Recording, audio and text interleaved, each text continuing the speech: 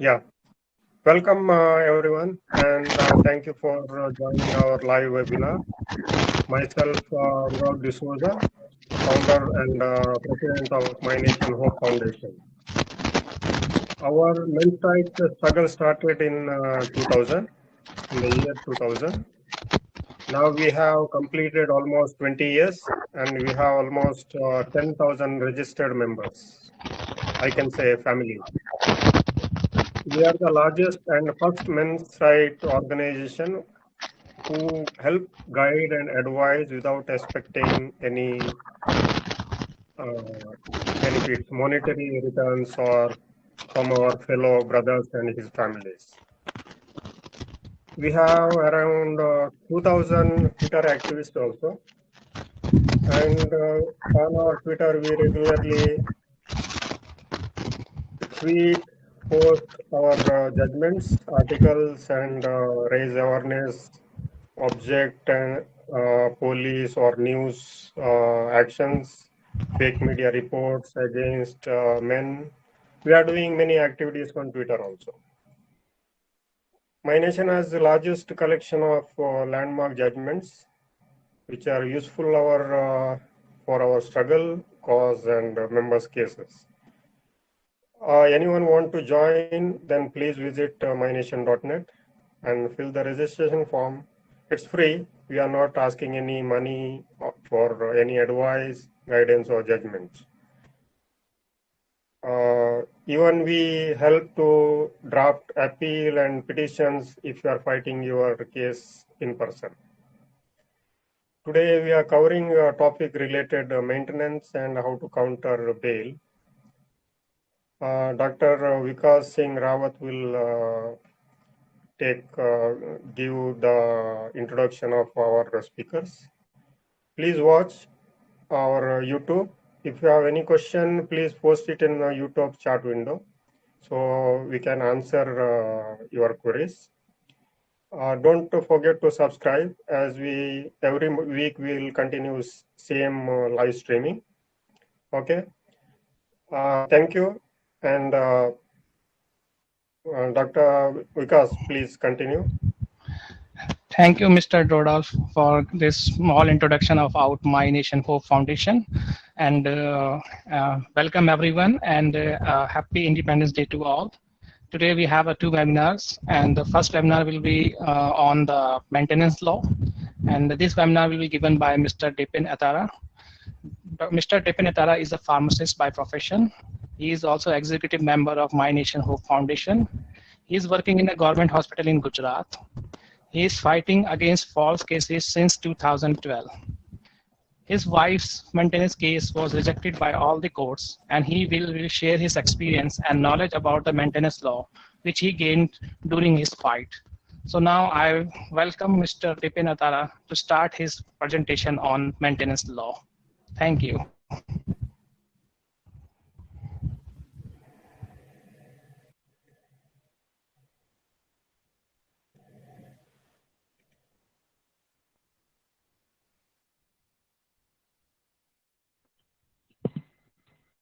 Good evening, friends. In matrimonial disputes, today we are going to cover a main subject, which is maintenance. My brief introduction is given by my co-member, so I need not to waste on time with one. Let's start our session. Basically, wife can claim maintenance under the various acts from our constitution. First one is the under section 125 of the Criminal Procedure Code 1973. Second is the under section 18 of the Hindu Adoption and Maintenance Act 1956, which with the HAMA. Third one is the section 20 of the Domestic Violence Act, Protection of Women from the Domestic Violence Act, as well as section 24 and 25 of the Hindu Marriage Act 1955. These are the various laws which are prescribed in the Constitution for women as well as child and our parents to claim maintenance. Now I want to share with you some my views, which is my totally personal. I'm not saying anything about others. When a man and woman marry, before that, they were not maintained by their family, their parents. This is the question. If they were maintained, why this kind of parasite or dependency of the woman from his husband? Is this one of employment? India is talking about the woman empowerment day by day. Today also, Prime Minister in his independence speech mentioned various achievements of the women, working in the coal mines, doing the aircraft also. So, is the woman empowerment? Wife marries with her husband, stays for 2 3 days, and leave the matrimonial home without sufficient reason, and immediately files false cases with husband and his family members. So in 2 3 days, when she is with husband and family members, the problem she has faced, and for that 2 3 days, how one can claim maintenance from husband and his family members? When you are not comfortable with a person to live or spend your life, why spoil the life of yours as well as your husband and his family? If you divorce, law should be modified in such a way. This is my view. When wife files the maintenance case, if it is a child, what of the child's future? When the case is filed about the maintenance in the court, immediately court asks how much you are paying, how much maintenance you are giving to your wife. But no judge, no system, no mediator, no society is asking that how much visitation you are getting or granted by the court. There is no provision for that, and for that you have to fight very hard. But maintenance is released very easily.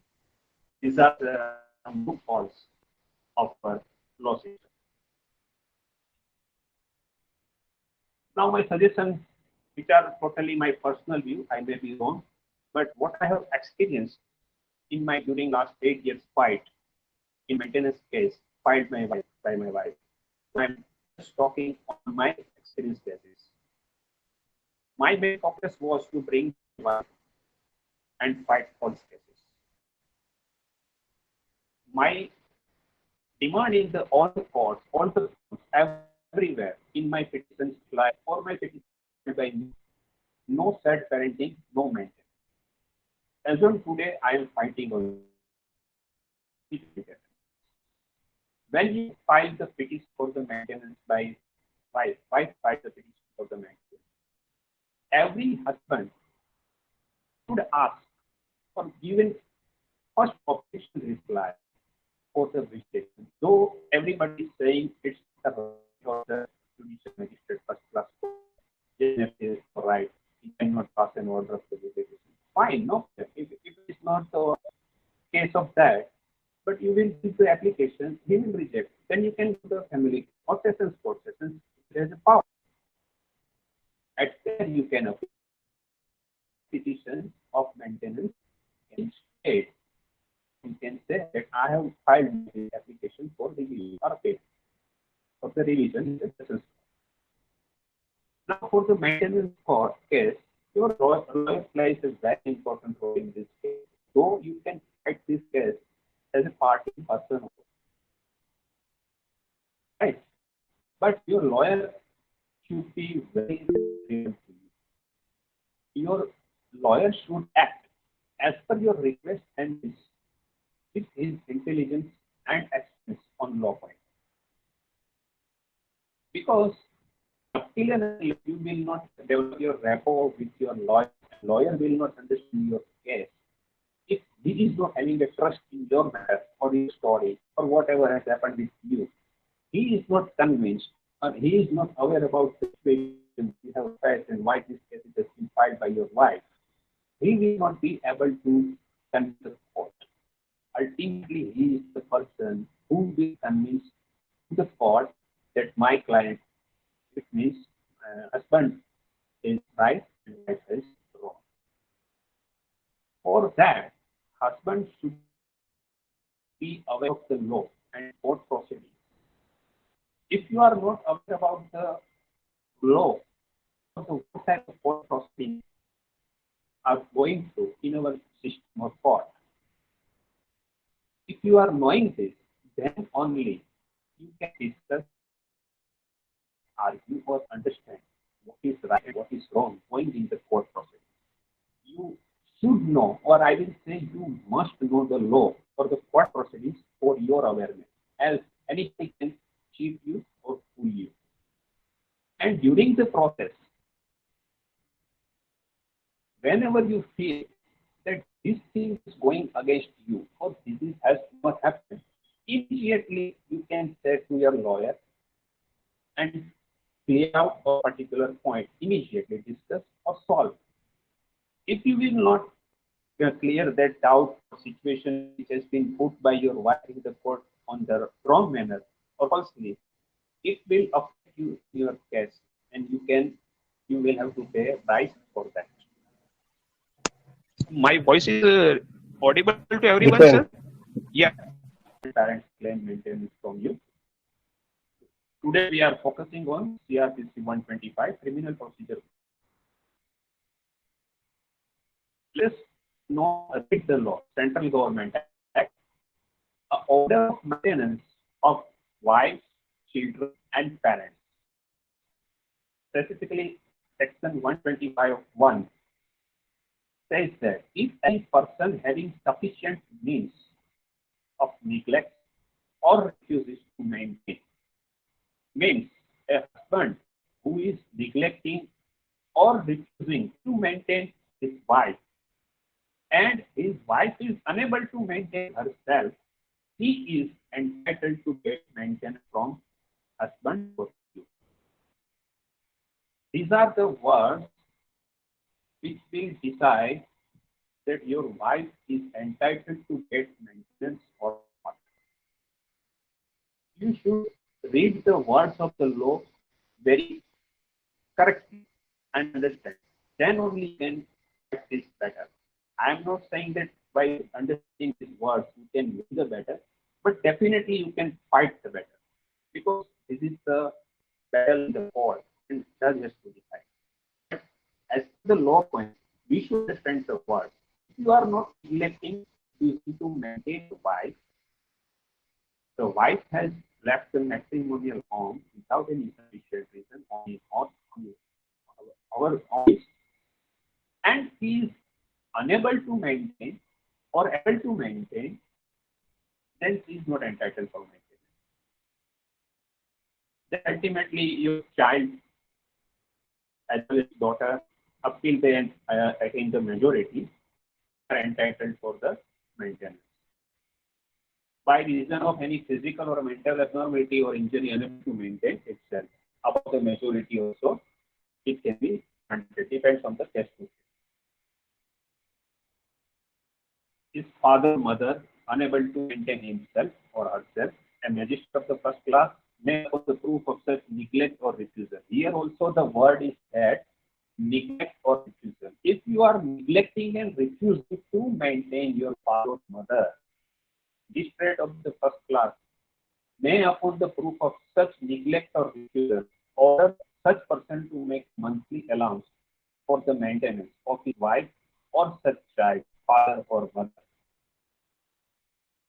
Some of the maintenance is now variable. This is the law. Minor means, as per Indian Majority Act 1875, is not to have attained this majority means 18 years. Now, provision says that wife is a woman who has been divorced by or has obtained a divorce from her husband and has not remarried. Please understand, when your battle is going on and your wife has left the matrimonial home without sufficient reason, in such case, if the magistrate has rejected the maintenance of Y, C would be entitled to get immediate. But if you get divorce from Y, after divorce, even though magistrate has rejected the maintenance of your Y before divorce, after divorce, he is entitled to get maintenance from you after the divorce until he has not married. Please remember this thing very carefully. When you are in the marriage relationship, if she has left the matrimonial home without any sufficient reason, or by any means, there are provisions, 25(4). If marriage has rejected maintenance application, she will not be entitled to get any maintenance from you. But after divorce, she will be entitled to get maintenance from you. Now, CRPC 125(2), clause 2, which says that this maintenance should be given from when such terms shall be payable from date of order, or if ordered from the date of the application for the maintenance. This is criteria that magistrate should pass the order of the maintenance from the date of order when he is passing the order, or from the application. But if he is passing from the application, as per the evidence also, the magistrate should write the reason. There are also a judgment. We will discuss about that in the later part. Now, CRPC 125(3) provision number clause 6, which we say a recovery petition. This is a very important, and I will say that everybody should focus on 125(3), even though a maintenance order has been passed by the magistrate. Let us understand the provisions first. Understand the word by word. If any person so ordered pays without sufficient cost to comply with order, any such magistrate may, for every breach of the order, issue a warrant for levying the amount due member, provided for the levying fines, and may sentence such person for the whole or any part of each month's allowances remaining unpaid after the execution of warrant to imprisonment for a term which may extend to 1 month or until payment is sooner made. Which says, Dipen, voice is again breaking. Voice is breaking. Now clear? Yeah. Okay. Do one thing. Yes, keep your now it's microphone. okay. And the microphone is hanging. That's why the voice is breaking. Keep it on fixed face something so Yeah, your mic okay. will not dangle. Okay. Now I got it in my hand. Near your mouth, yes. Yeah. Okay. Fine. Yeah.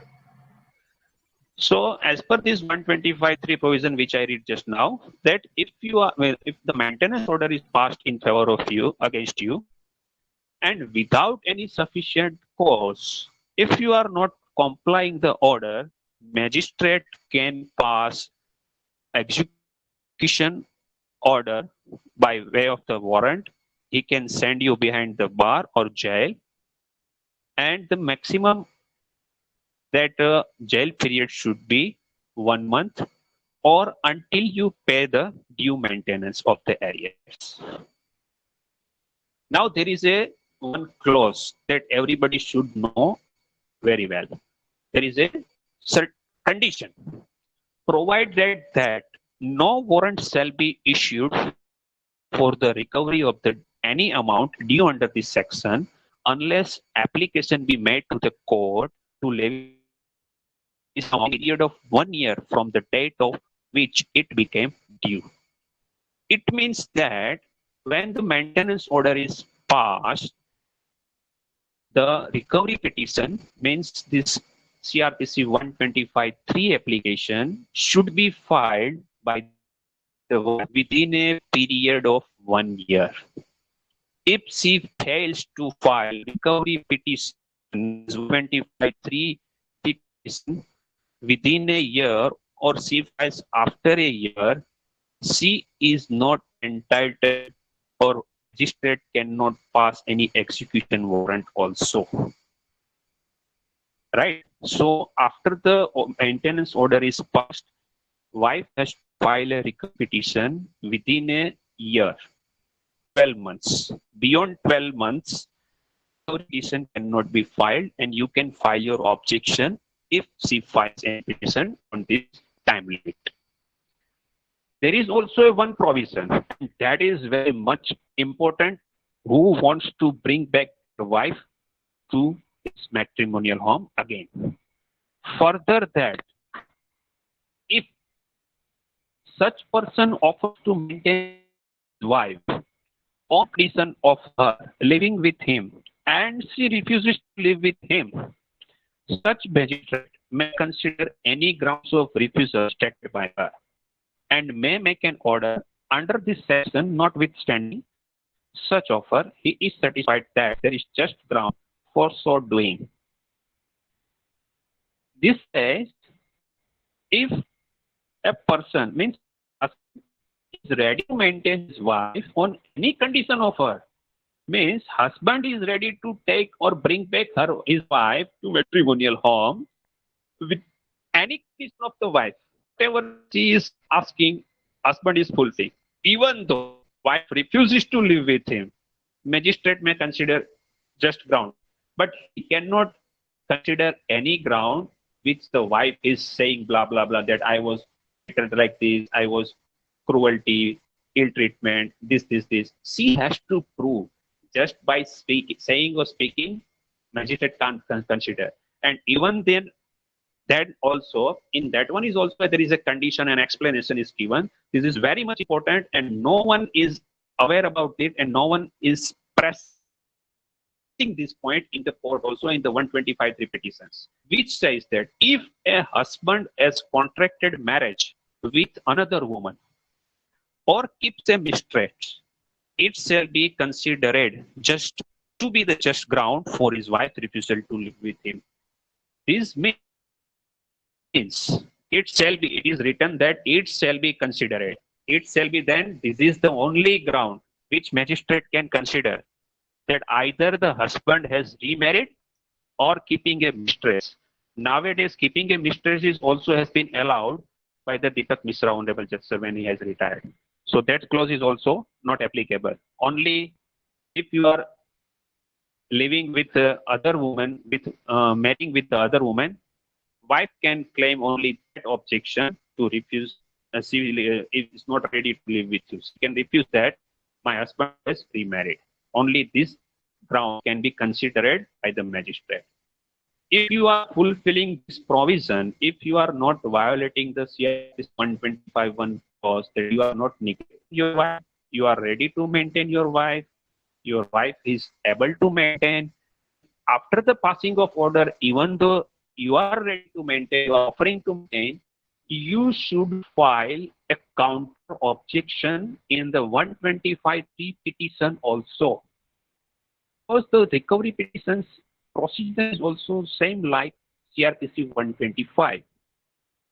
Here also, and for this also, I will later on I will give you the judgment in which it is categorically said by the Allahabad High Court that these provisions, means CRPC 123 provision, is giving an opportunity or the bona fide to the husband where he can prove his bona fide effort that he is still ready to maintain his wife at any condition of her and she refuses to live with him. So in such cases, also maintenance can be rejected at 125(3) stage also. So CRPC 125(3) is the other chance to fight your 125 maintenance case. This is my observation, which is my study. You can apply in your matter also, because everybody is doing and everybody is saying that 125(3) order has been passed for the maintenance, this much amount, and you will have to pay every month. It's not like that. When you are right, you have not done anything wrong with your wife, you have not done anything cruelty with your wife, you have not given any ill treatment. She intentionally on her own, on her accord, she has left the matrimonial home and she refuses to turn back or come back to your house at her matrimonial home and residing at her parental home without any sufficient reason, and you are offering to maintain her at any condition of her, you are not neglecting, ready to maintain, then she is not entitled for any maintenance.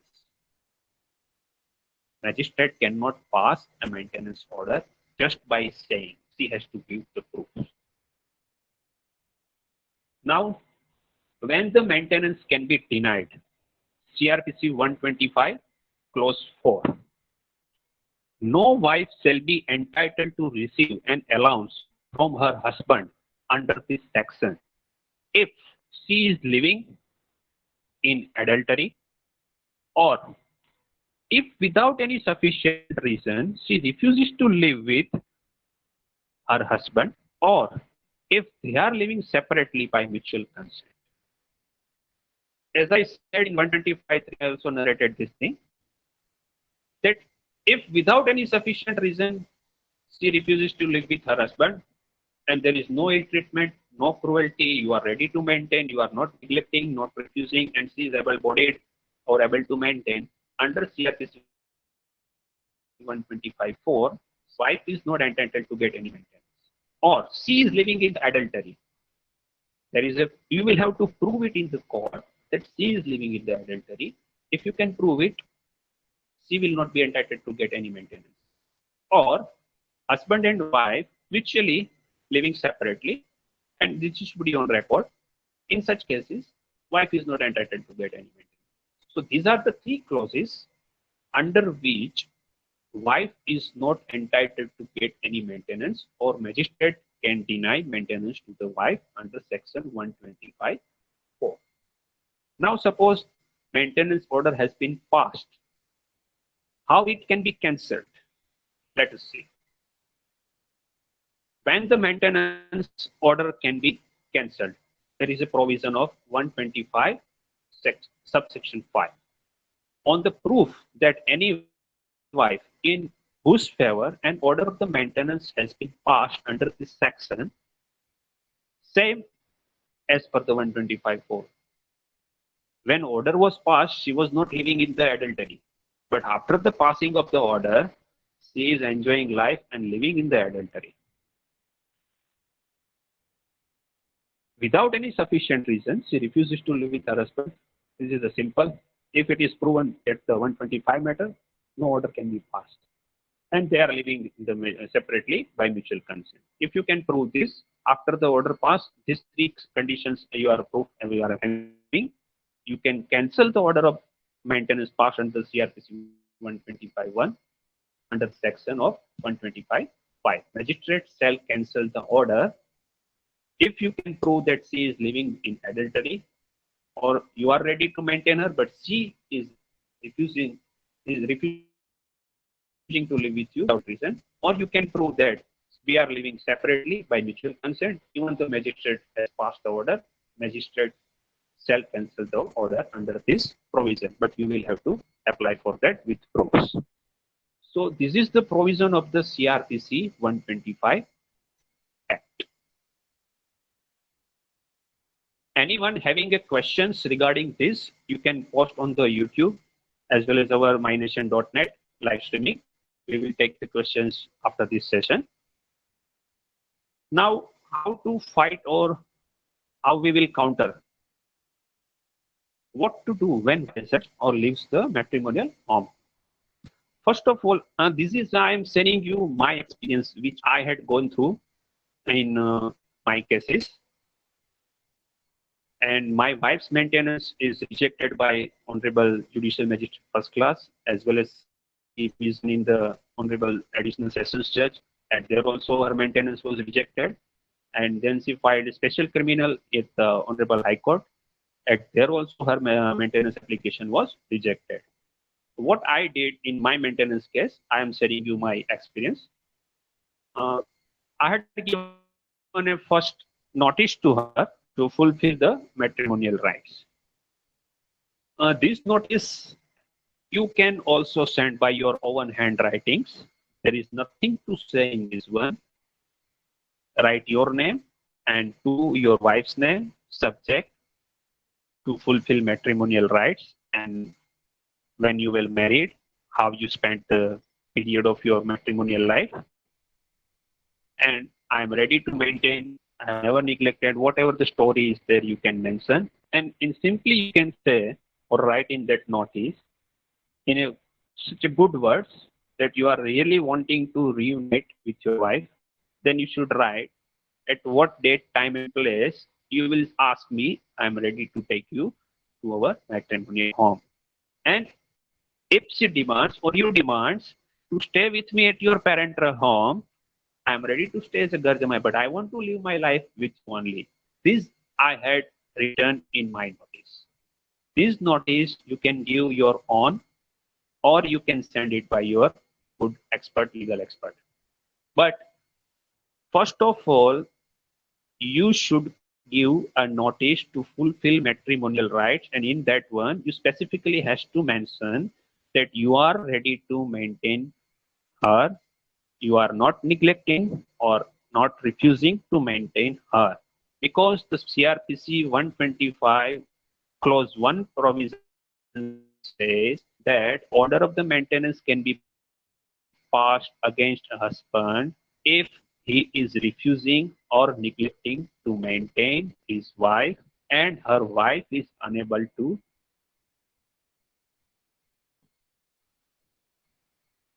maintain herself.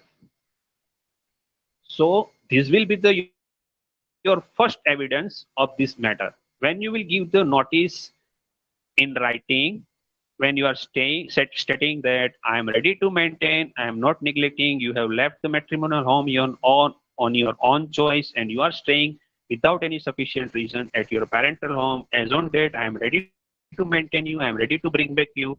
This will be your evidence in the court as per the CRPC 125(1) provision. Second thing, you can send a person mediator of your community head, your any family member, any relative or friend or anyone who in future will come to the court and will give a statement as a witness if required after making efforts to bring back your wife.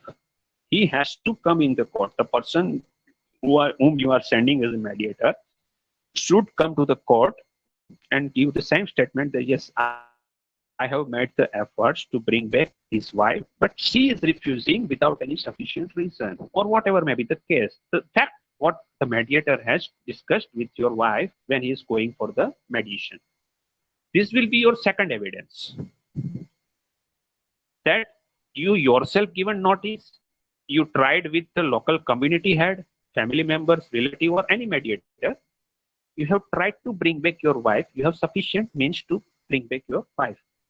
Right? You are not neglecting, not refusing. Third thing is that you should stop communication, no message, because at that time some people will try to irritate you and you will be also mentally disturbed. So abusive words may be used that go against you. So it's better to keep quiet and keep distance. Don't interrupt. Avoid. Even though if it is forced to speak or communicate with them, very politely you should answer and reply. Don't overreact. Second thing is that if the situation comes to the court and you have to hire a lawyer, then as your wife leaves your matrimonial home, write down a script like a film story. The day you met from the first day till date. So each and every episode or the moments you will be able to write down, put down, and it has to be mentioned in your wife petitions reply. You have to file counter objection. And for that, you will have to give these things to your legal expert. And this is very important. So you will have to note down the whole story of your life and should give to your lawyer. And to strengthen yourself, you should start meditation to gain self-confidence, right? as well as whenever in court, as well as in the public places, when both the parties are meeting, don't try to counter her. Let her speak that why she left the matrimonial home. You don't speak, because she is, if she is wrong, she will continue to speak wrong things again and again, and every time she will come out with the wrong allegations. Every time, in every meeting, every place, next meeting, next mediation, she will come with the new allegations. You just have to listen her. What kind of the dirt she is coming out. If you will fire at a time, at a counter, if you will give, her fault will be subsidized and your strong voice will be highlighted. In the house also you were doing like this, and thing will be in her favor. In fact, you should keep quiet, and what she is bluffing, blaming, alleging, whatever she is saying, it is not going to be proved anywhere, because the thing has not happened, she cannot prove. And you are not also be jailed for that. These are my observations. When you file a reply in the court, your legal expert, put everything, whatever the episodes or incidences has happened, and in evidence you are having. Suppose you have gone for a honeymoon, you have taken a picture, you are staying in a good hotel, room bills, hotel bills, whatsoever you are having, your WhatsApp chat, message chat, call recordings, if you have done good chatting, whatever it is there, you should put in the your reply. And your legal expert should cooperate you to put everything in your counter reply. So your lawyer should be that much cooperating to you, that whatever is material you are having, because life is spent by you only. Lawyer was not there. So whatever you will say, your lawyer should put you in your reply. So in my first point presentation, I told you that your lawyer plays a very important role in this fighting this battle. Second thing, maintenance case, public and husbands are hiding their income. If you are a salaried person, your salary slip, or if you are having other business or you are doing anything, your income, you should disclose. Or depends on the case to case, you should or should not. Your lawyer expert, legal expert will guide you on that. But in my case, I had given my pay slip on the first day, because I am a government servant. My salary they can get by any means. So it is unnecessary. My part will be shown wrong in the court. Ultimately, my salary is on the record, and I cannot hide. I myself given my pay to my lawyer, and my lawyer also suggested me to submit it, and I within the first date I submitted in my first date application counter file. This thing gives the biggest impact in the court, because this will show that you are not running away to maintain your wife, and you are giving your income to the court that, sir, I am earning this one. And if she is entitled as per the provision to get the maintenance from me, you can pass appropriate order as per the looking into my responsibility and my income. So you are not running away, you are ready to maintain. This thing court will not, and this thing well noted in my cases. And for that, my lawyer played a very good role, I will say. Now, next thing. Your stand should be very clear at any forum, any stage, or anywhere, that I am ready to maintain my wife, and I had never neglected nor refused to maintain her. In fact, she willingly left the matrimonial home. If she will demand, I am ready to stay at her parental home too, as Garjamai. This is what I had mentioned in my case. I am sharing, and as on today, I am standing with this statement. At Apex Court also, I had given this thing in affidavit. So what you are speaking should be from day one to anywhere, it should be the same. Because people do what? In court, they will say, yes, I am ready to maintain. But outside the court, they will say, I'm not ready to maintain. I will not bring back her. If this contradictory statement of yours, your lawyer is getting, he will lose faith in yours. And he will not be able to fight the case the way you want. And this will impact your case very much. So whatever your wish, it should be firm. And on that wish only, you should fight this battle. Whether you want to bring back or after this kind of false cases, you want divorce. That is the person's choice. In my case, I have two daughters, minor daughters. So for the better future of my daughters, I am in this opinion to bring back my wife as on today.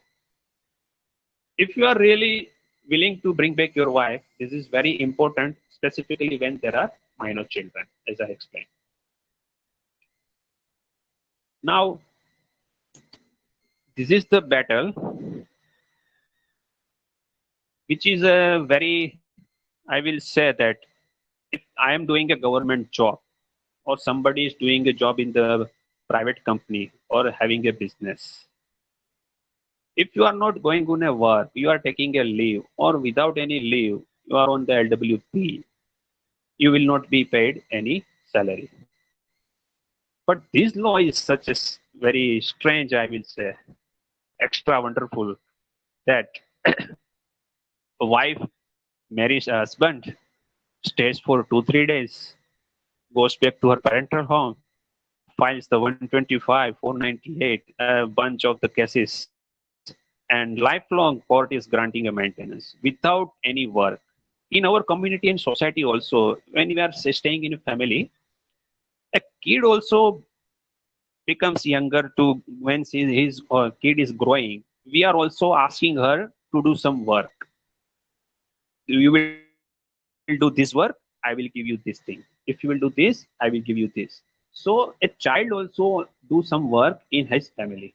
But this law is offering or giving such kind of benefits to the wife that maintain in a way of maintenance that without serving the family of the husband or even husband, she is entitled to get maintenance without servicing or fulfilling his duty or responsibility. Only rights are reserved, no responsibility will be asked. On this point, if anyone is listening from the law point body, higher body, they should think that 2-3 days matrimonial life and maintenance for lifelong, what kind of guilty or cause husband is done?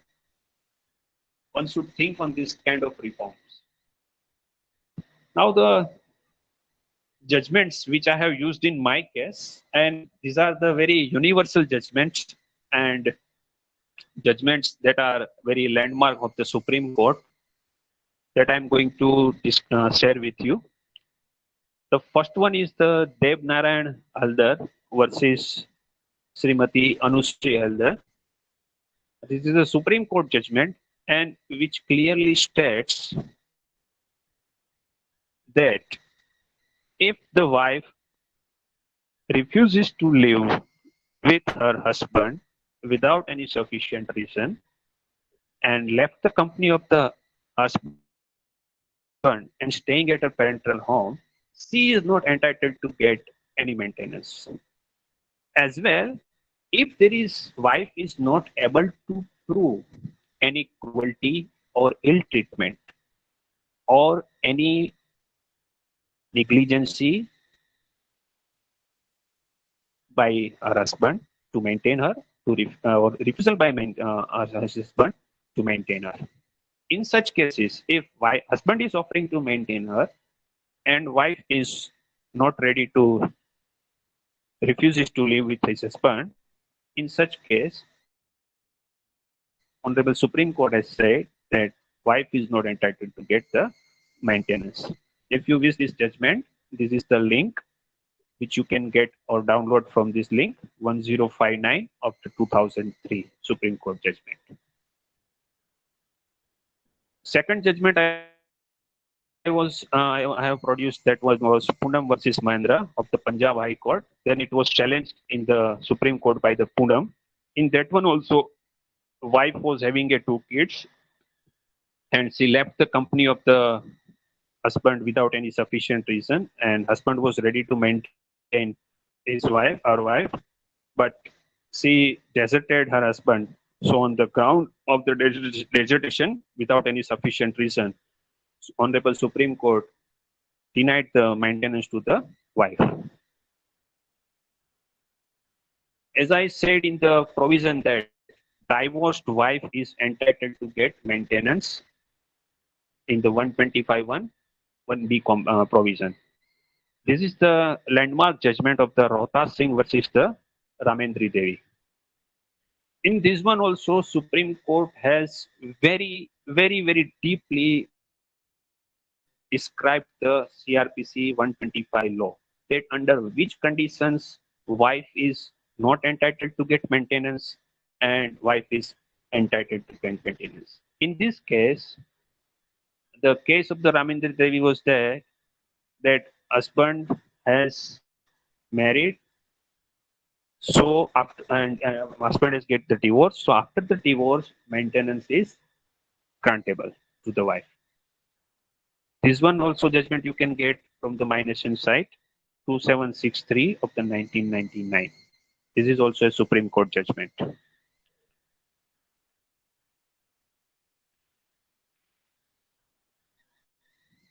This one is also a very good landmark judgment. The judge has to justify when the order of the maintenance from the date of application. Date of application say order how and when judge can pass. This one has been prescribed in this order, 82 of the 2006. Then this Sail Kumari Devi and another versus Krishna Bhagwan Pathak. This judgment of the Supreme Court will tell you everything. What Evidence Act is saying that why the judge should write the reason that order from the application or not, or from the date of the order.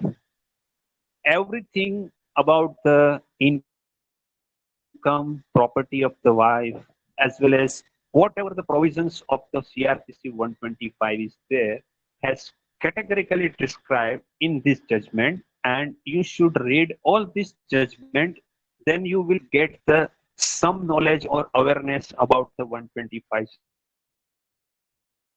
And only by reading these judgments and knowing about the laws, you will be able to defend your case in the court, and you will be able to discuss and argue and fruitful argue with your lawyer also. Because when you are aware about the law, then you can say something to your lawyer or the court. But if you are not aware about the law, you don't know anything, you will just stand in the court, lawyer and judge will discuss, they will say, next day, come to on this day, wait outside, sit outside, I will come. You will be standing like that, and it's just standing. You will not be understanding anything. But if you are knowing the law process, court proceedings, and what is in your favor, I will say that what is your right and what is your responsibility, what is the responsibility of your wife, and what is her rights. If you are aware about the law, if you will read this kind of judgments, then you will be able to fight and counter, and you will be able to object that point. But until and unless you will not teach or learn the law, you will not be able to fight your cases. Now, this is my case. On the ground of the decision, maintenance denied to my wife under the CRPC 125(4) that she has left the matrimonial home without any sufficient reason, and husband is as on date ready to maintain. This was the specific reason of the Honorable Judge as mentioned in all the courts, JMFC Judge, Sessions Judge, and High Court Judge. All the judges have mentioned this line that as on date, husband is ready to maintain, but wife is refusing to live with her husband without any sufficient reason. and C has left the company of the husband without any sufficient reason. So as per the provision of the CRPC 125(4), wife is not entitled to get any maintenance from her husband. This is the case of the Gujarat High Court, Special Criminal Application 4370 of 2015. If anybody wants to read the judgment of my JMFC court, this is the case number CRMA, Criminal Miscellaneous Application J, CRMA J 165 of 2012, JMFC Malia District Junagadh, State Gujarat. Maintenance to wife rejected under CRPC 125(4). This is also available on the e-court website if you can search. Or if you wish, I will display my number and my email ID. You can contact me for all this judgment you will be getting. Then other judgment is that wife is not entitled for the maintenance if she is living separately without any sufficient reason. Srimati Tejabai versus Chittur Harmo. 1120 case number of 2018 on the My Nation site. You can get this judgment. Another judgment of the 125(4), no maintenance to wife under section 125(4), staying at a parental home without sufficient reason. Case number 3237 of 1976. Maintenance to wife rejected if she resides separately. This is a landmark judgment of the Meena Dinesh Parmar versus the Dinesh Astimal Parmar. You can find this judgment on the My Nation site 354 of 2000. As well as this judgment is very important. A minimum salary deliberate for the maintenance if husband income is not proven. See, when you fight the maintenance case, judge will ask that give your pay slip. What is your income proof? But as a constitutional, if you will go by articles, honorable judge directly cannot ask the evidence from you or husband which is favoring to the opposition party, means wife or petitioner. It is against law. But it is the duty of the petitioner wife to prove the income of the husband. There are provisions to get to know salary or the income of the husband. She can get, but directly honorable judge cannot ask. But when she is unable to prove the income of the husband, a minimum salary deliberate for the maintenance if husband income is not proven, this will be considered. So if you will read this judgment, you can tackle that situation, that what should do and how I can counter when my wife is not able to prove my salary. This judgment is also available on the My Nation site 12393 of the 2016. This one is the very beautiful judgment, but this is not related to maintenance case 125, but domestic violence case. This is very important, that maintenance even to children is not entitled if there is no domestic violence. Because nowadays wife files the domestic violence cases 498 NPWD case like anything to harass the husband and his family to extort the money. So this you can give in the court at any stage if the order is going to be passed, that no DV, no maintenance. It is on record. But no maintenance to children also, because judge will do morally fight with you. That okay, you are not going to give your wife, but children are yours. So in such cases, you can defend, yes, children are mine, no problem. Give me my children. Up till and unless domestic violence is not proved against me, as per the provision, but because when she is coming for the maintenance or and these litigations through you, asking to me to maintenance for maintenance, whereas I am ready to maintain my wife and children. If she wants to go by provision and law is saying that if no domestic violence, no maintenance to wife and not to even to children. So you can claim like this. It's up to you and your lawyer how to tackle this situation. Now, to get the maintenance, petitioner wife and her legal expert will describe the number of and bunches of and bundles of the allegations, ill treatment, cruelty, blah blah blah, whatever the story they will like, they will write in their petition. But our Honorable Supreme Court has passed in landmark judgment, Dalit Singh versus the state of UP and others, case number 5239 of 2002. It is the duty of the litigant to come to the court with clean hands. Nobody can pollute this era with their polluted hands. If any litigant who comes with unclean hands means he is hiding any fact which he is knowing, he or she is knowing, intentionally, deliberately puts before the court in other way or wrong side.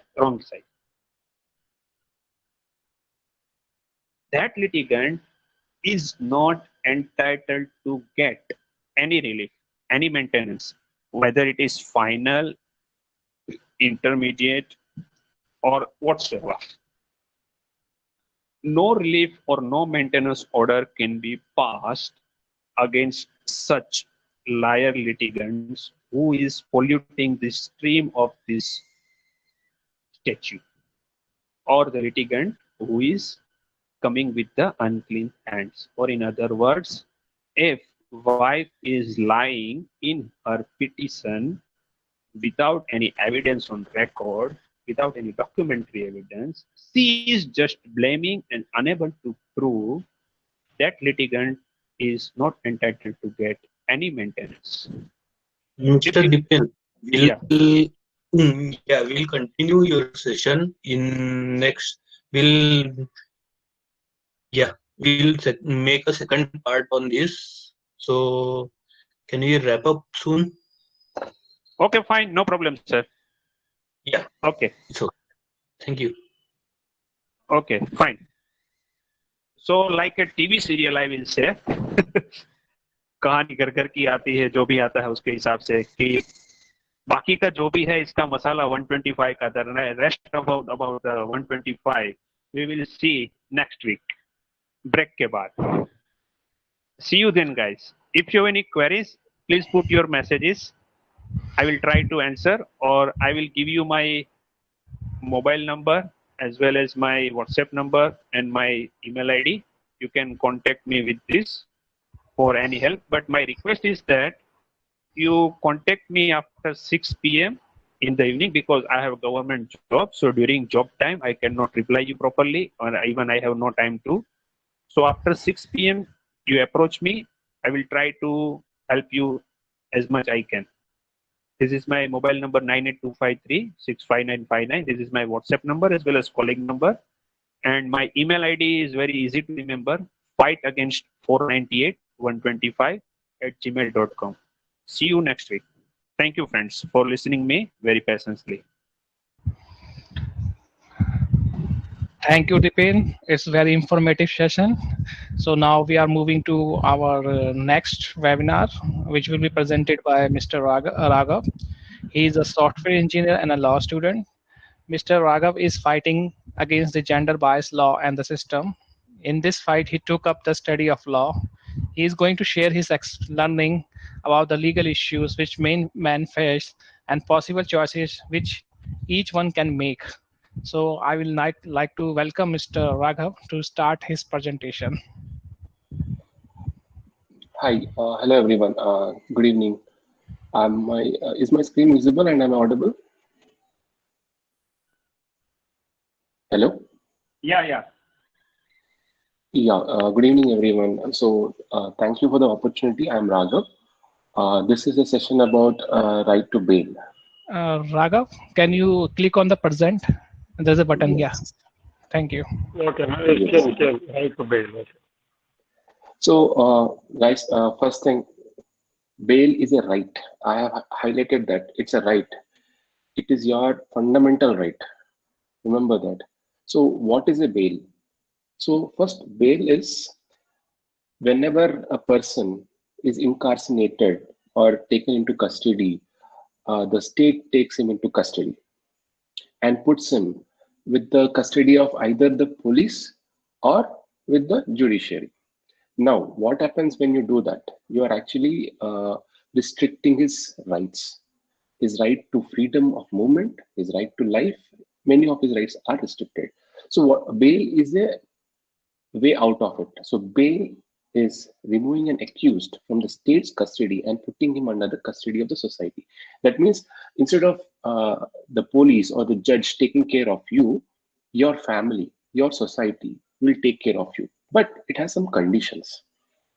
So the principles behind bail are, first is bail is a rule and jail is an exception. We don't want everyone to go and sit in jail just for the heck of it.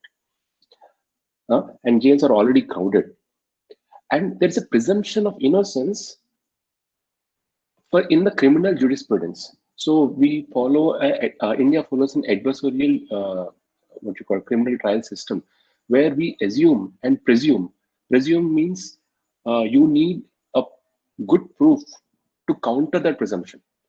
I am innocent by default until unless you prove otherwise. So there's a presumption of innocence. So that is the reason you cannot put everyone just like that into a prison. And there is something called Article 21, which is a fundamental right given in Part 3 of our Indian Constitution.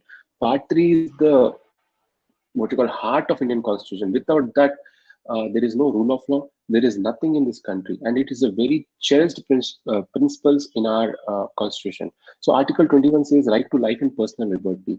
No person shall be deprived of his life or personal liberty except for the procedure established by law. That doesn't mean that I cannot, no one can be arrested or no one can be put behind bars.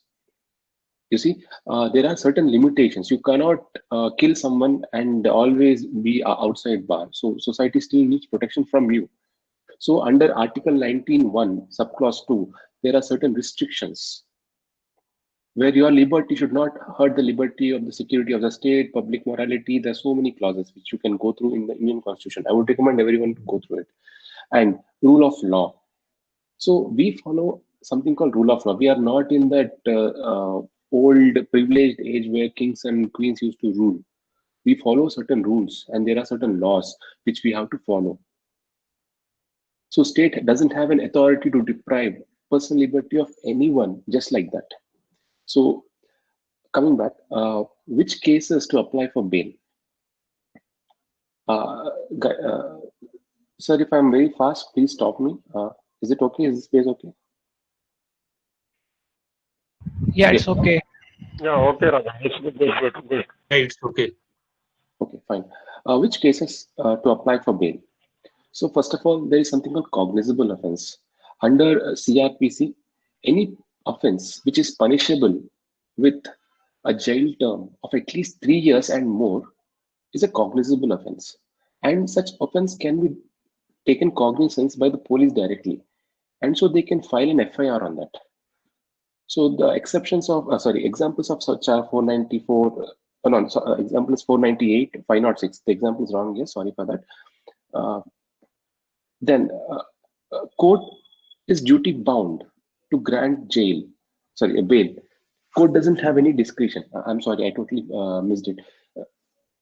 So cognizable cases, police can take cognizance of it, and it's wrong here. Only the courts can give bail. In cognizable cases, it's 494, 506, where it's a bailable offense, and court is bound to grant a bail. The court doesn't have any discretion. It has to give a bail. That's all. It's your right. And non-cognizable cases where police takes an FIR, like murder case, 490 cruelty towards wife, and 376 rape.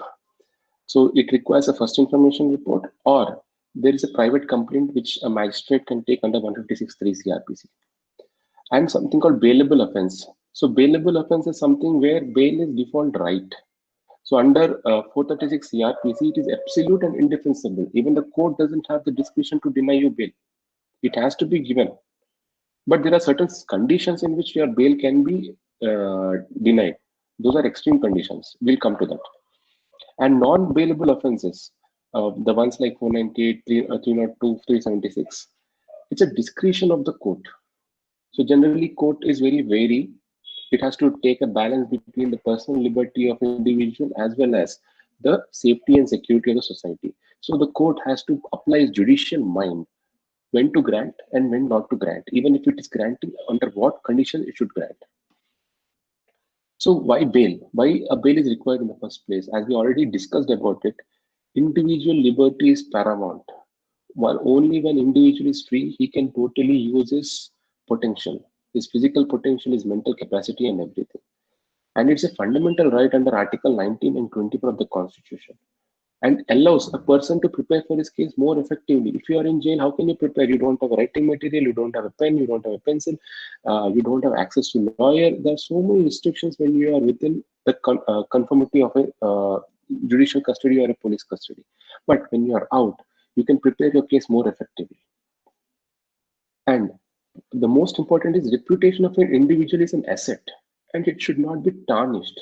So it has been observed that many of the cases are falsely applied, and because of that, people are thrown into jail, and their reputation has been hampered.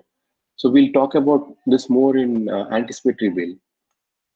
The career opportunity should not be severely hampered. So let's have a situation where a person is arrested for any of those cognizable, non-cognizable cases, and is put behind the bars. And now, for a certain period of time, he is behind the bars. Because of that, he cannot continue his proper career, and there will be a break in his career, and that will reflect overall through his career. It's a very bad remark, and it actually hampers his opportunities. And most important is 50% of the jail is inundated with under trials. Indian judiciary is a lazy, or you can call it an elephant, where things move at a very slow pace. By the time the trial completes, the person might have completed his trial, what you call incarceration also.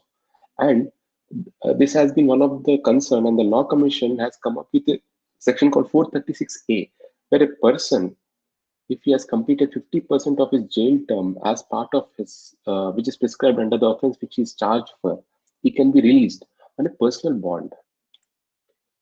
Where can you get bail? From a police station, from a court of judicial magistrate, 437 CRPC, from a sessions court. Sessions court is a higher court than the judicial magistrate. It's sometimes equivalent to the district court. Sessions court is like the topmost court in the district for criminal matters. High court is the topmost court in the state. And Supreme Court, where you can go for appeal matters. But in session courts and high courts, they have wider discretionary powers than the judicial magistrate. We'll come to that. So in session courts and high courts, you could relax the conditions of bails. You could take bails for those matters where you are charged for offense of murder, where there is a punishment of life or life imprisonment.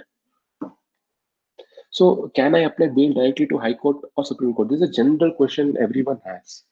The general recommendation is no. First, go to the session courts. There you try to get a bail.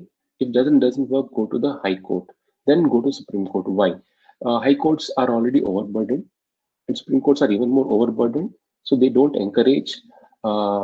They generally don't encourage, but that is not the rule. You could always go to High Court or Supreme Court if the matter requires such a need. But the advantage of getting a bail in a lower court is it is less costly, easier, and quick. Whereas if you go to High Court and Supreme Court, the time taken, the amount of money required to hire an advocate, the amount of details you have to put, those all become a challenge. So yes, you can go, but these are the conditions if you are willing to take them. So types of bails. So 41 is CRPC. It is not a bail actually. 41 CRPC is given by a police when he wants to arrest someone who is one of the accused in a non-cognizable case. So the 41A process, it has a detailed process which court should follow. So which police should follow while a person is arrested. It says that what are the reasons for arresting a person? under what conditions are those arrests made? Was the person, statement was recorded or not? Was the person intimated before him? Was the complaint shown to him? So there are multiple conditions, and was the person not participating with the investigation process? Generally, 41A process has been abused. And in Arnish Kumar judgment in 2013, so a Supreme Court has clearly mentioned that whenever there is an arrest required in cases such as 498A or any cases which has punishment less than 7 years, it is mandatory for a 41A CRPC notice to be issued to the accused. If such conditions were violated, contempt of court can be initiated and the police, there is a disciplinary action against them from the court as well as the department. Coming to the next. So there is a regular bail. For example, there is an FIR against you, you have been arrested, you have been put behind bars, means you were actually taken before the magistrate and he made a judicial custody or a police remand to you. So that means now you are under the supervision of the court and the police. Now you are not anymore with your family. So in this condition, there is something called regular bail. So you apply to the court where you have been arrested, asking for a bail. Sir, I'll be available for the investigation. I'll also accept whatever conditions you have put for my bail conditions, and whatever surety amount or whatever money you are going to request me or order me, I would pay for it. But these are conditions. So the regular bail can be given by the judicial magistrate, but there are constraints on judicial magistrate. He cannot give bail for something where the punishment is life, death, or something more than 10 years. There are a lot of restrictions on the judicial magistrate in concerns of regular bail. And it clearly says the judicial magistrate or the court may. The word may has to be understood. May means there should be a reasonable ground to believe that the accused is not guilty of offense. The word reasonable is more than prima facie. Generally, when you file an FIR, right, the police generally feel that, okay, there is some case in this, so there is an offense committed and they just take it up. But reasonableness is even more greater a check than prima facie. The court has to apply the judicial mind here. Then anticipatory bail. This is the most often used and loved by lawyers because it's a money earning machine. Anticipatory bail is one thing. It's like providing you protection against arrest. It doesn't mean anticipatory bail is not that, okay, it is once you take it, you'll never be arrested. It's not the case.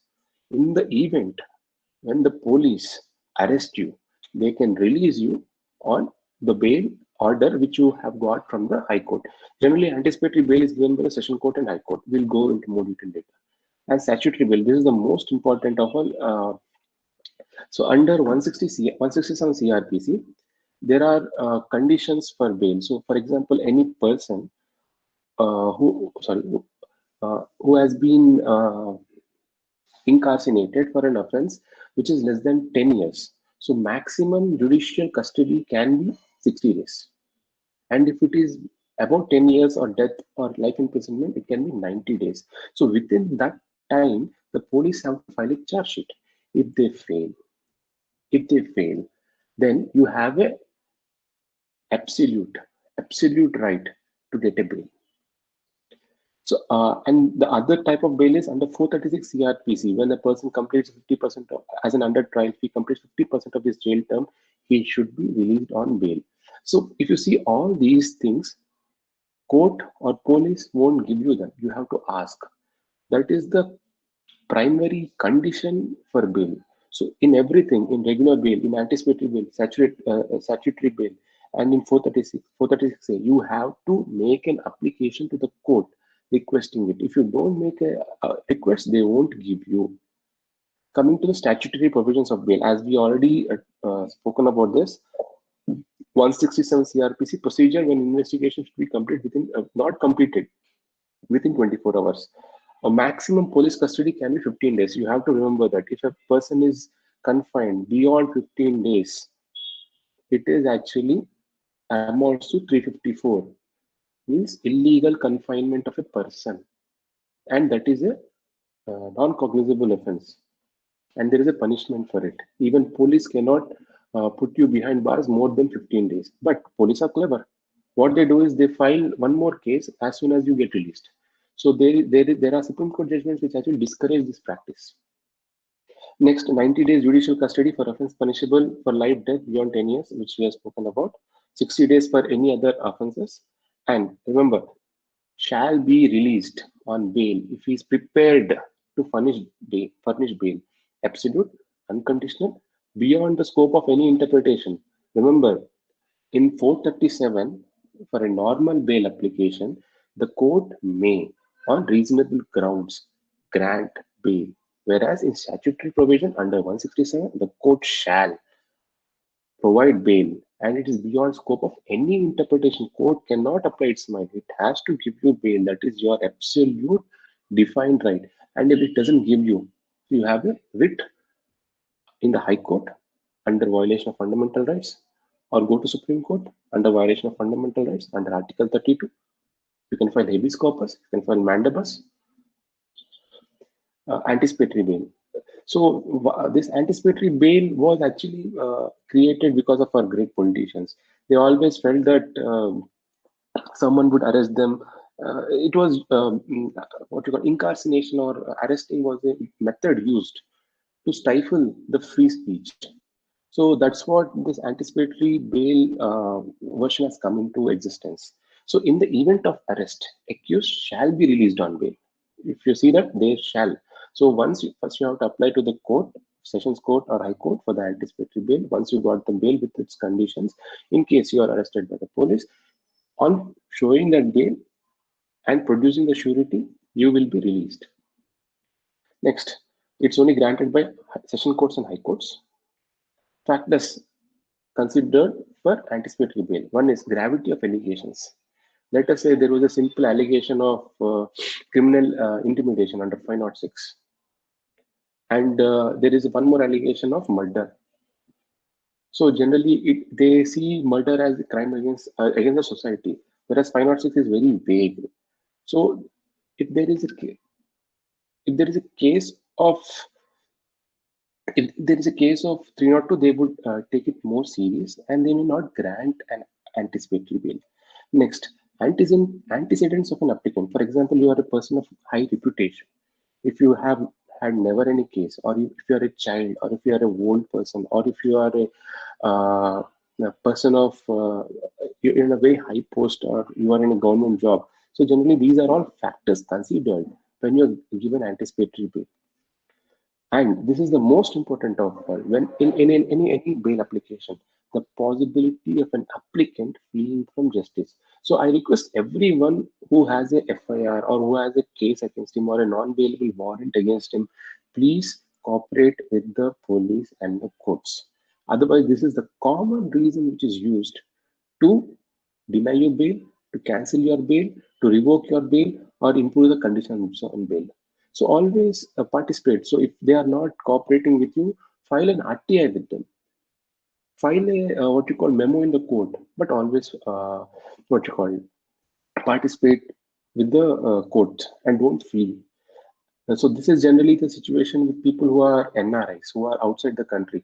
They feel that if they come to India, they will be caught, and that is the reason the prosecution generally uses this. They are like flight risk. They will not come into the to the country. They won't join. So that you have to remove that disbelief. And the last, the accusation has to be made with an object of injuring, humiliating the applicant by having him arrested. So if you see, this is a very specific condition to anticipatory bail.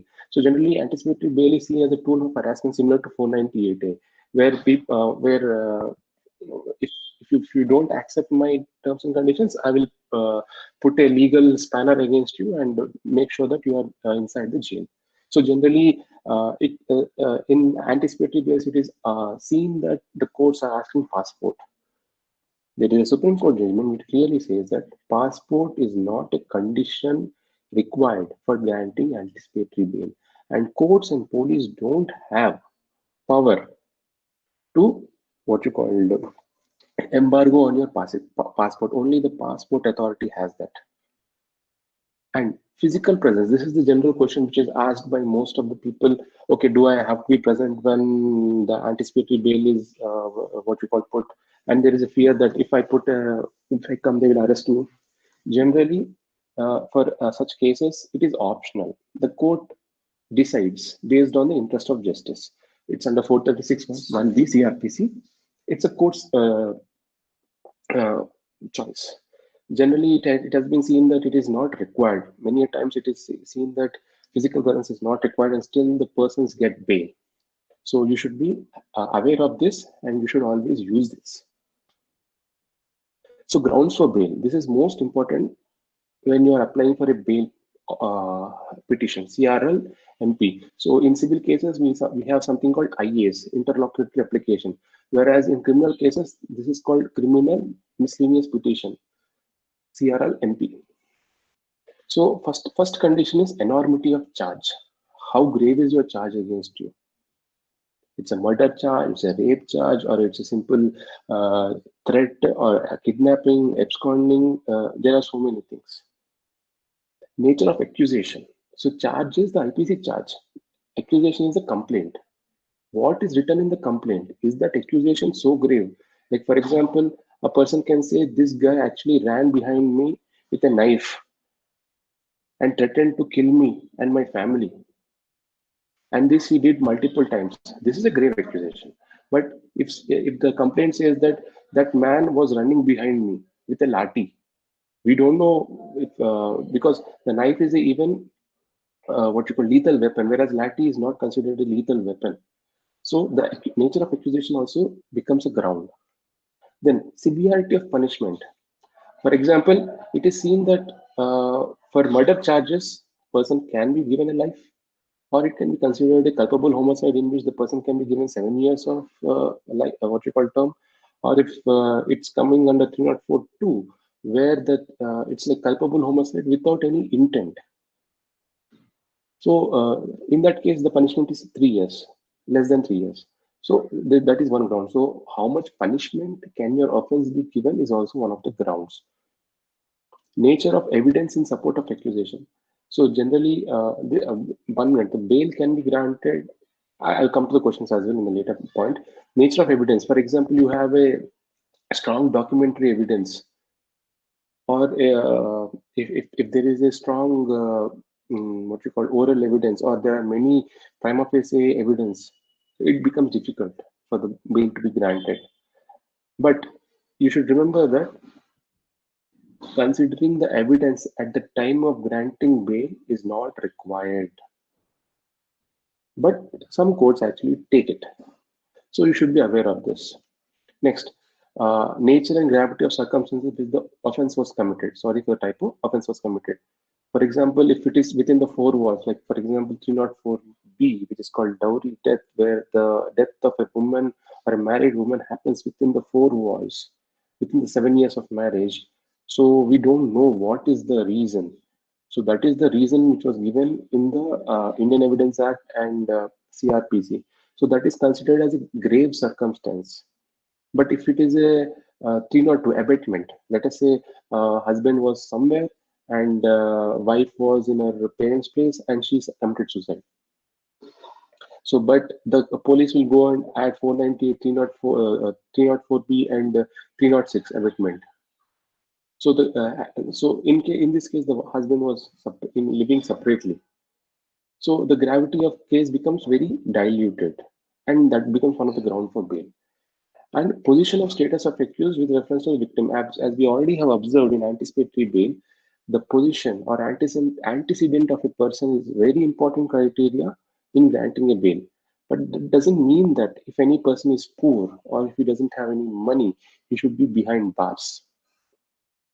It has been our criminal jurisprudence is very what we call biased towards money. We all know it, but that is not the case always. So the person should be aware of his rights. So bail is a right, and danger of witnesses being tampered or evidence being tampered. So generally, one of the primary condition under 437 subsection 3 is he should be available for the trial. He should not tamper with the evidence. He should not influence or threaten the witnesses.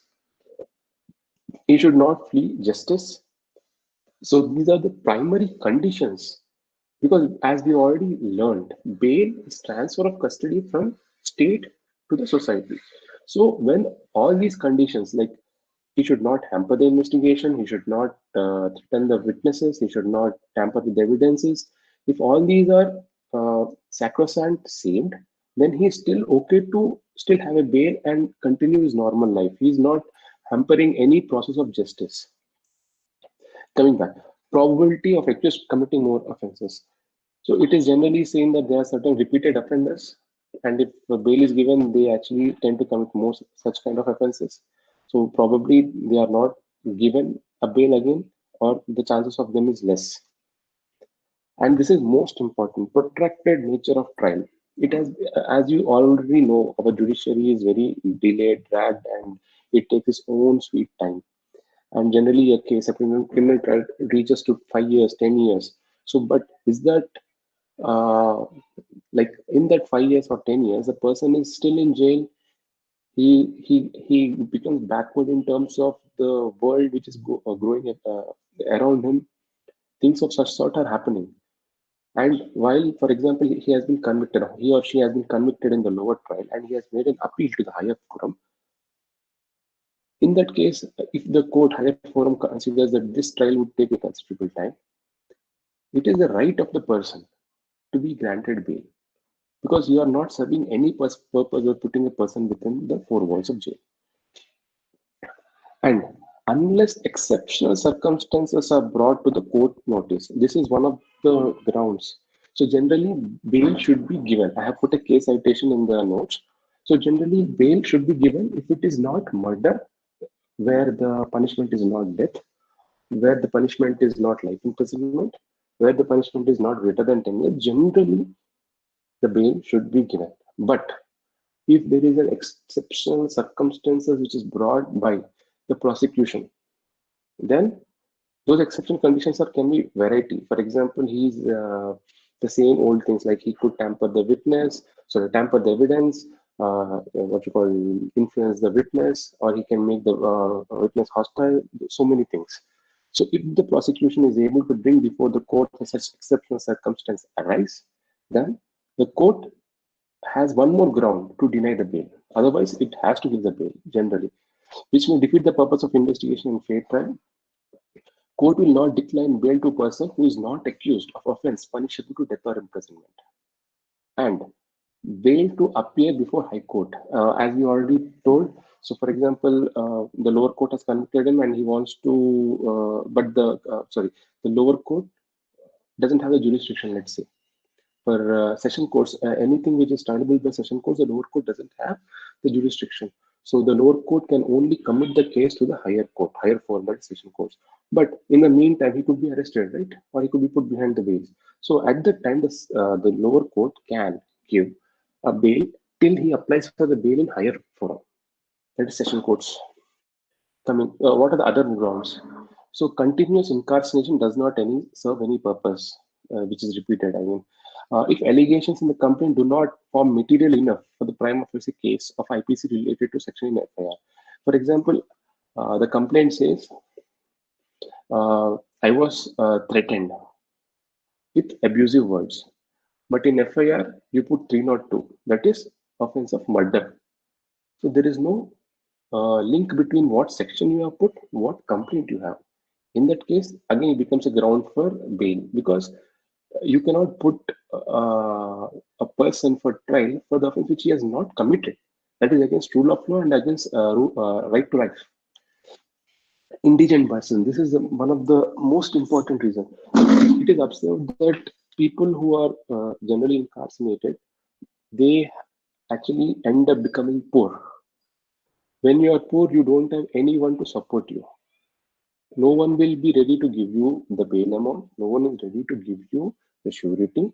So in that case, after the bail has been granted, and in the case where you are not able to provide the required money to ensure the release from the judicial or the police custody, then the court can consider you indigent person and release you on personal bond.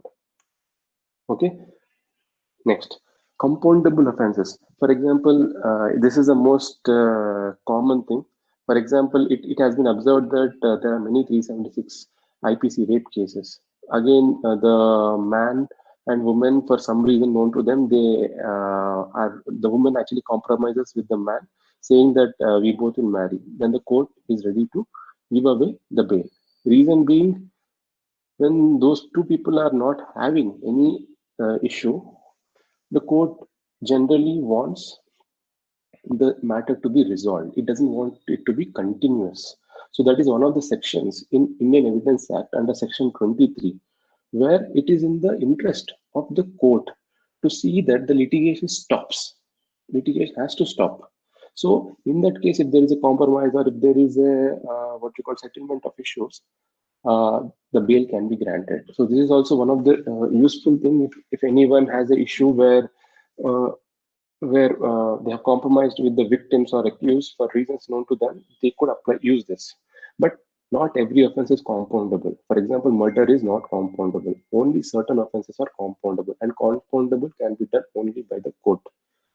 Next. So this is also one of the grounds: opportunity to the applicant for preparation of his defense and access to his counsel. Without my lawyer, I cannot fight my case properly. So give me a proper opportunity to prepare my defense. Next, this is also health, age, and sex.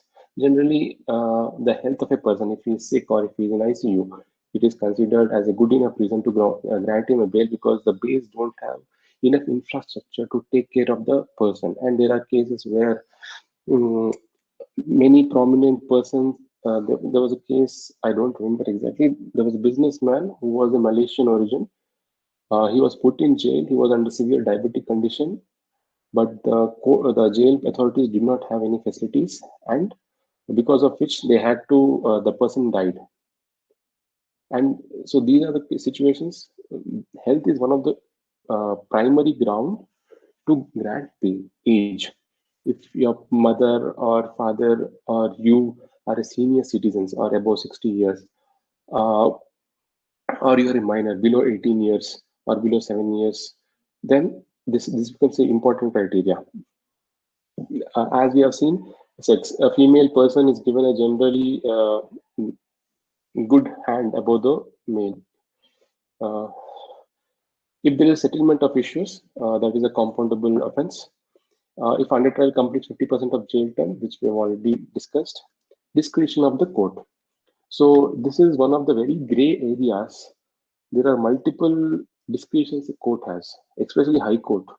High Court is the highest court and it's equivalent to Supreme Court with respect to most of the powers. But there is a huge discretion under 484 CRPC to actually give a bail or to cancel a bail or to change the conditions of bail. So the discretions can be anything. For example, my parents are staying away, I have to take care of them, or I have a small children, I have to take care of them, or my job is somewhere. The court has to be satisfied with your reasons. And this is one of the important successive bail applications must receive serious consideration at hand. So generally, there is a question for us saying that can I apply bail again and again? Yes, you can apply bail again and again. But every bail application should have a new reason. It should not be the same reason. Even what you call elapse of a time is a good enough reason. Or if you change the lawyer and you can claim that the previous lawyer was not fighting your case properly, that also becomes one of the ground. So you have to give proper reasons when you file a bail. Any special reasons? I don't know, but there are many special reasons which you can ask, etc. So this is one of the important tests for denying bail. Lower courts other than HC and session courts, there has to be reasonable ground to believe that person is guilty of offense punishable of death and imprisonment of life.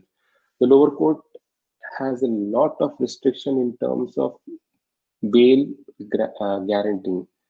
It has to give a notice to public prosecutor. If it is a death or imprisonment of life, it cannot give bail at all. It's a discretionary power. And if a person is previously committed of offense punishable to life or death or jail with greater than 7 years, no bail. He has to again apply to session courts and high court. But high court and session courts are not constrained by the above conditions, because they are more elderly courts, they are more matured courts. So generally try to apply the bail in the lower courts, but when it fails, you can reach up to the high session courts. And if the accused, this is one of the reasons where the police create a situation. If an accused is declared as an absconder and not cooperating with this investigation, deny the bail. Deny the bail totally. If he is not cooperating with the investigation. And if there is a reasonable belief that the accused will hamper the investigation, threaten the witnesses, cause loss of evidence, escape from the hands of justice, yes, deny the bail. These are the general grounds. And if there is previously he has been granted a bail, now he has been violating the bail conditions. He is not attending the investigation, or he is not coming to the court. He is not participating in the justice delivery system. Court can actually take you into custody when you appear the next time. And again, if you apply the bail, it will deny you bail because you have not been cooperating. You have been not on your word. So why should we give you a bail? So questions regarding bail. This is what I generally hear from most of the people. Should I go for bail or not? See, it depends on the severity of the allegations and the sections which have been put on you. Okay, so you decide accordingly. Generally, I would recommend taking a 41A notice, filing RTS for any complaint, for any offense which you are charged, which is below 7 years. Why? It will save your time. It will allow you to prepare. It will save your money. But generally, it is seen that the process is abused. So now I'm coming to the AB. Is AB for the entire trial period? Yes. There is a recent judgment which says that anticipatory bail is from the time when it is taken till the completion of trial. A trial in the sense in the same court, not again appeals and not that. Till the time the trial completes. Next is it's the same question. I think entirety of trial, yes, but there are certain conditions where bail can be recalled or constrained, or conditional bail can be given. But these are exceptional conditions. You have to be a great enough offender for the state to identify, or the state is so much motivated to put you behind the bars, they will come up with all those reasons. But generally, AB once given is given till the entirety of the case.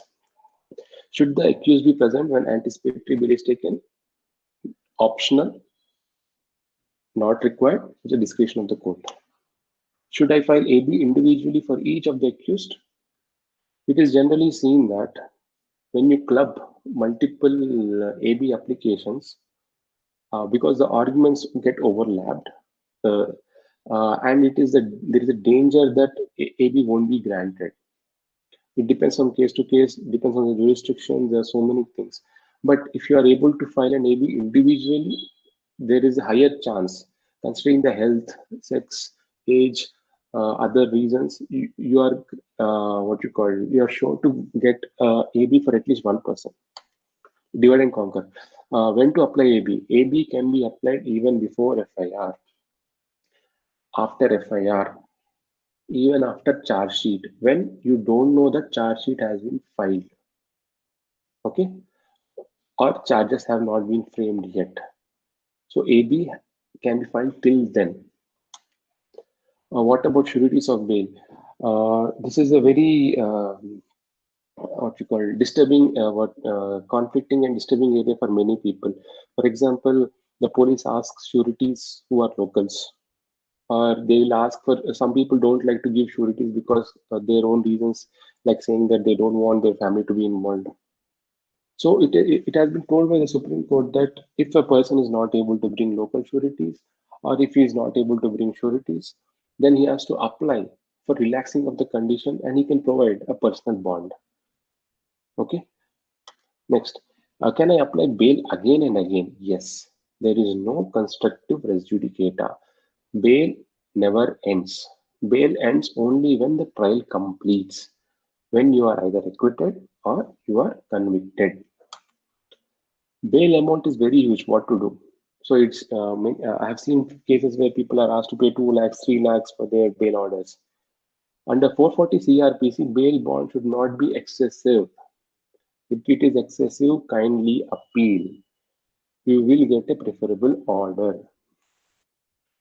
My parents are sick and old. Will they get bail? Yes, that is one of the conditions which are seen in a bail order. My sister is outside India. Non-bailable warrant has been issued. What should I do? You can do a few things. One is file a recall of bail citing reasons, or apply for cancellation of bail, or you can file a discharge under 482 CRPC in the High Court or Session Court. All these would provide you reliefs. You got a bail, but the police or jail authorities are not releasing you. This is a very gray area. You have to manage the authorities. I cannot give you advice on this. It has been generally observed that police, even in spite of getting an order from the judiciary, they are not releasing. The only legal option is go for contempt of court, file an appeal, file a complaint, then you should be getting a proper relief. There are other ways, but this is not the forum for it. Okay, what to do if there is no sureties available? We have spoken about it. Then you are called an indigent. That means you are not capable of providing a bail bond. In that case, after the bail is granted, after expiry of 10 days, you can apply again, where the court will consider you indigent. You have to prove to the court that you are not able to provide the bail bond value. Then the court can consider you indigent, and on the personal surety, it can release you on bail. Is bank fixed deposit an accepted form of bail? Yes. This is one more reason, one of the concerns of many people. I have taken a bail, but they asked me to put with the court's associate bank, which earns you 4% or 2% or whatever that is. Whereas bank only deposit gives you 8%. Money is important. With money only you will be able to fight your case. So take care of your money. Put it in fixed deposit. Yes, it is accepted. Can police or court impound my passport? No, a big no. Court cannot impound a passport. If a judge or if a police asks you to provide you the passport, you can deny it. But be smart. I won't say to deny it randomly. You ask for the reasons why it is required. If still he gives you an order, you can go for an appeal against it. Because only passport authority has the power to what you call under Section 6 of Passport Act to impound your passport. When can a person be denied bail? We have already spoken about it. If he is not cooperating with the investigation or if he is violating the conditions of bail, his bail can be denied.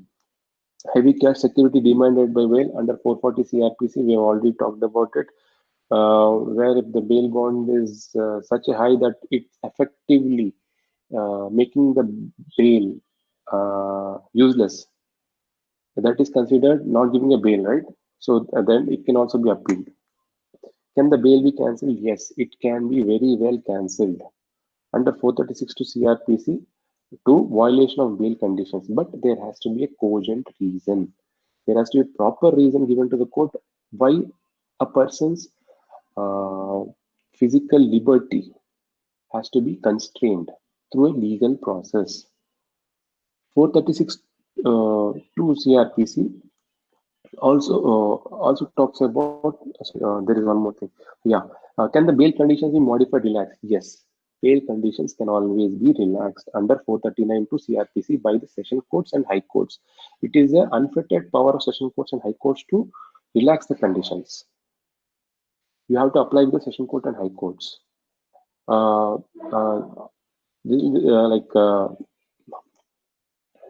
I have been served under trial. This we have again, I have repeated some things. I'm sorry about it. Under 436A, you can be granted bail with or without security. There I end my presentation regarding bail. This is my email address in case you want to drop a mail to me. Thank you very much. If there is any question, I can take it up. Moderator. Hello. Thank you, Mr. Raghav. Now I will like to Mr. Rodolph to take the questions which is posted in our YouTube page. One question we got from Ramesh Vardhan. What bail we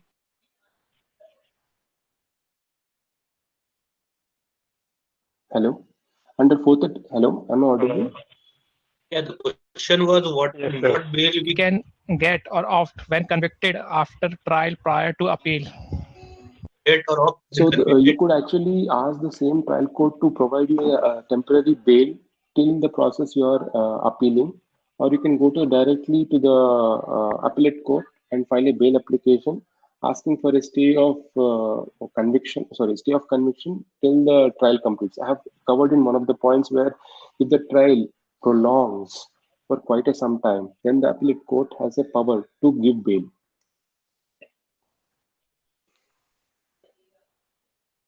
Is there any question on YouTube? Yeah. Can you see the questions? There are two. One is Sri Ram asked. He asked in some Hindi, I think. I cannot read it. Anyway, another one is Arman Jain asked, please do explain difference between regular bail and anticipatory bail related to 498 case. Okay. First of all, anticipatory bail means in the event of arrest. It's a condition.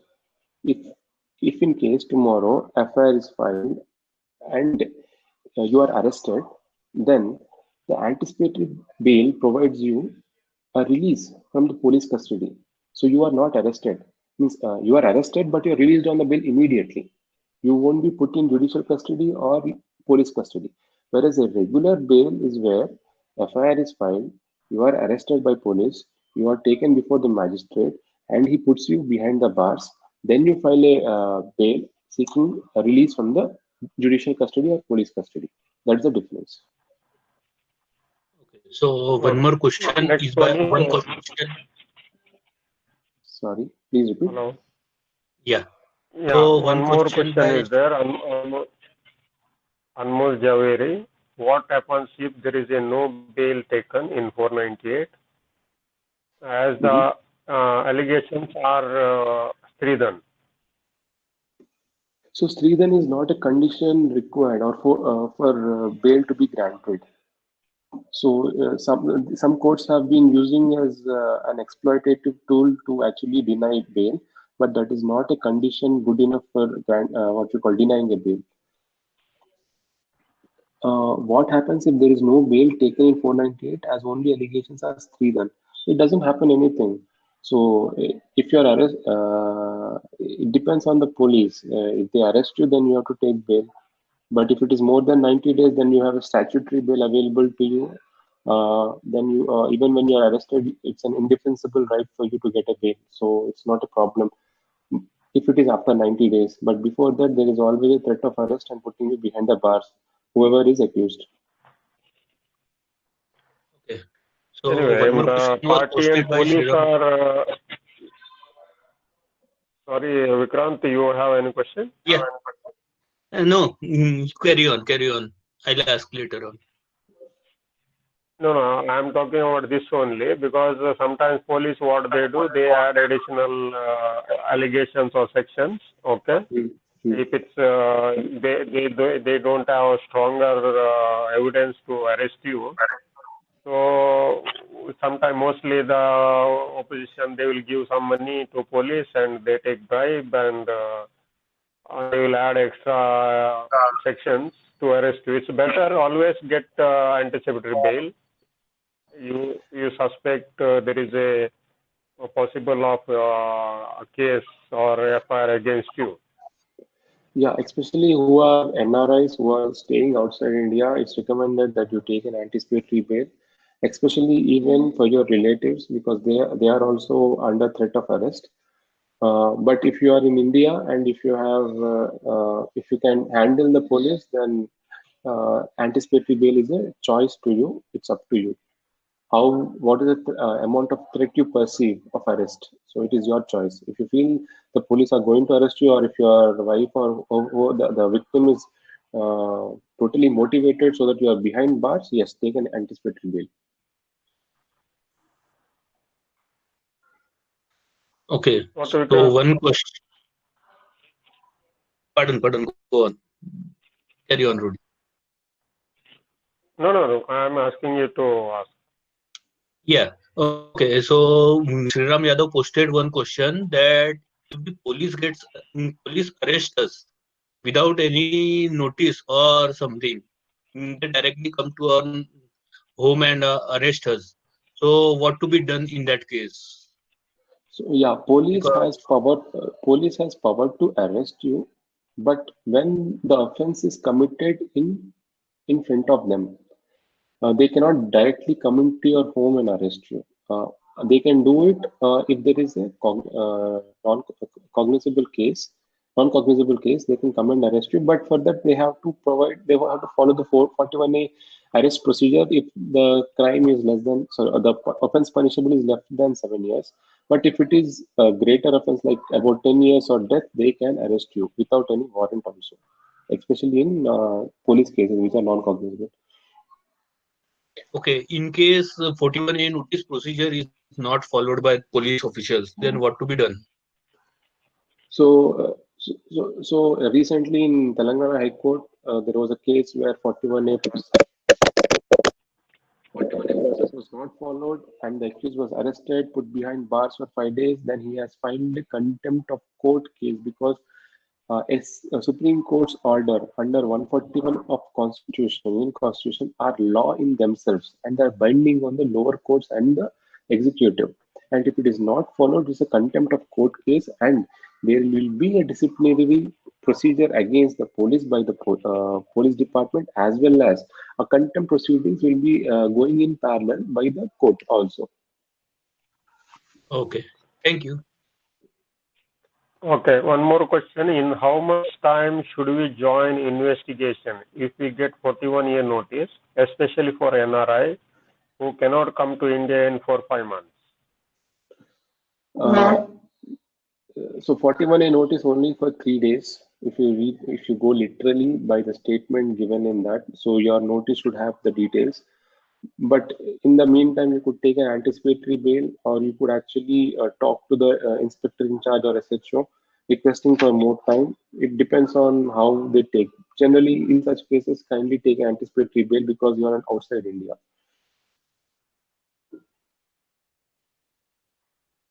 Okay. One more complaint in CAWSL after 9 months separation in Delhi. Okay, allegation of beatings, 3 done, 354, 377. Is AB is required or not?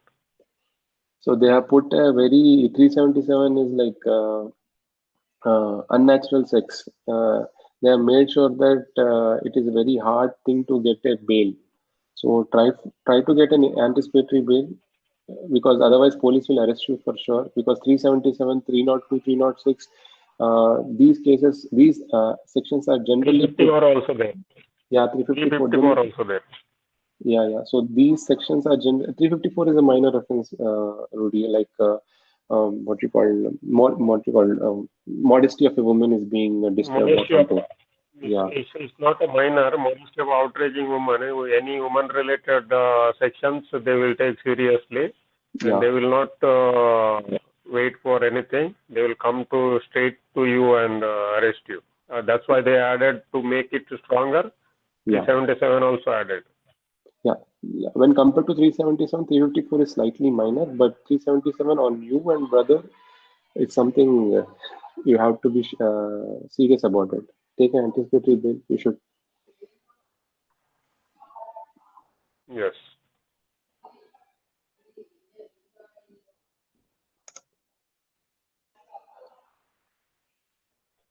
Again, he is asking, after 498 bail, if you are not attending the dates, it depends on the condition of the bail, how you got the bail.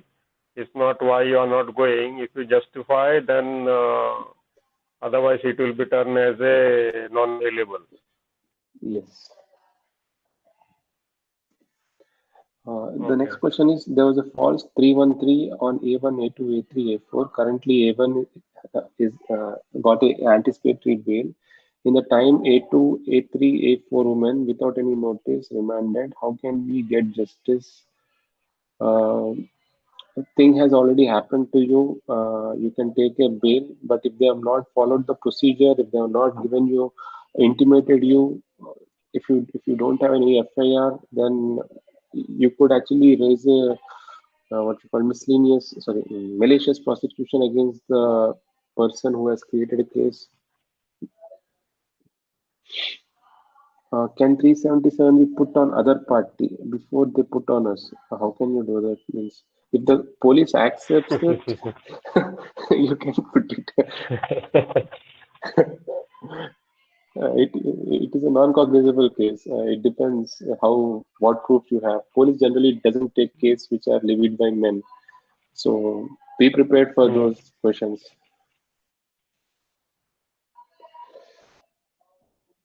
Okay. Yeah. Anyone else?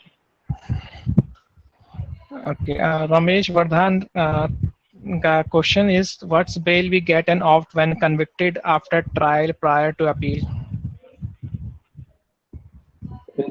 Yes, I have answered this, but again, Okay, for the sir. clarification, I'll again answer.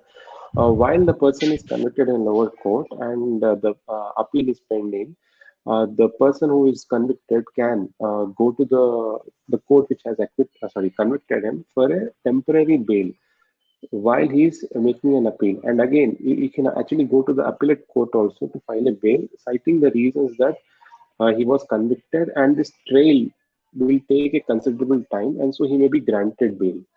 So these are certain ways he can get a bail. Okay, so we need to close this session now. If anyone has any question, you can ask in My Nation website or in WhatsApp groups, or you can post your question in the comment box in the YouTube video also. And thank you, Tipen. Thank you, Raghav.